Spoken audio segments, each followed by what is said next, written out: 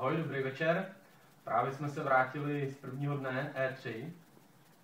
Pro mě to začalo všechno konferencí Nintendo, která pro mě byla opravdu vrcholem těch všech tří velkých. Samozřejmě hodně akcentovali Wii U. Já jsem si ho asi za 2 hodiny potom hnedka zkusil.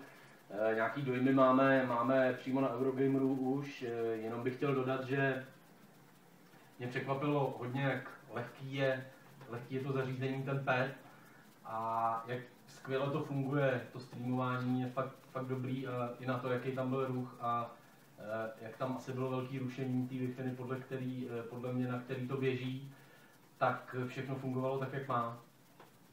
Na konferenci Nintendo teda neoznámilo nebo ani nepředvádělo žádný víčkový hry, nicméně přímo na výstavišti bylo spousta stojanů se spoustou nových her pro Nintendo Wii, takže doufejme, že se ještě k nějakým dostanu.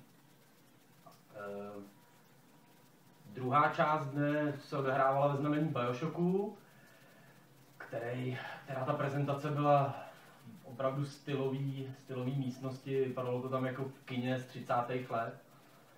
A druhý takový vrchol pro mě byl předváděčka nového Brother in Arms, který se vydalo hodně směrem do Bulletstormu a do Team Fortress. Je to kooperace 4 lidí a víc si přečtete v dojmech, který by měli během dneška pro mě zítřka vyjít.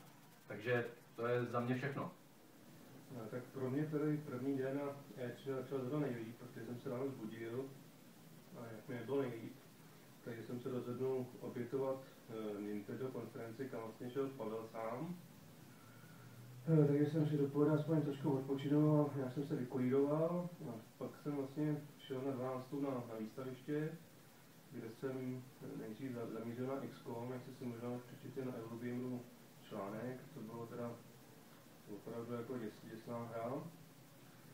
No, pak jsem pokračoval na Darkness 2, což je taková hodně jakoby brutální, hodně taková humorná akce, ale asi je to jako vhodná jenom pro lidi, co hráli jedničku, protože pokud někdo nehrál jedničku, tak jako nemá mu co říct. No a pak jsem někdy na 3. hodinu šel na předváděčku vlastně konzolního zaklínače, na kterou jsem se teda těšil, ale tak nějak mě zklamala. Takže vlastně ve výsledku to byla asi 1,5 hodiny zabitého času, než tam člověk došel přes to výstaviště, kde nebylo moc jako značení, kde která hala, miliony lidí v cestě překáželi. No a vlastně pak CD Projekt na té předváděčce vlastně on zopakoval to, co řekl na té konferenci minulý týden. A kromě jediný věty poznatků, že ta hra se trošku trhá na Xboxu při otáčení, tak vlastně nemám jakoby nic moc, co bych o tom napsal. No, takže pak jsem si trošku náladu spravil na nějakých veřejných předváděčkách, který si může zahrát každý. Takže jsem se koukal třeba na Silent Hill nebo Never Dead, taková ta akce, jak tam člověk urve ruku nebo hlavu. No a vlastně úterý pro mě skončilo asi nejlíp, jak mohlo, když jsem se dostal na Mass Effect 3, na předváděčku, kde ukazovali i jeden nový level, který nebyl na EA konferenci ani na Microsoftí konferenci.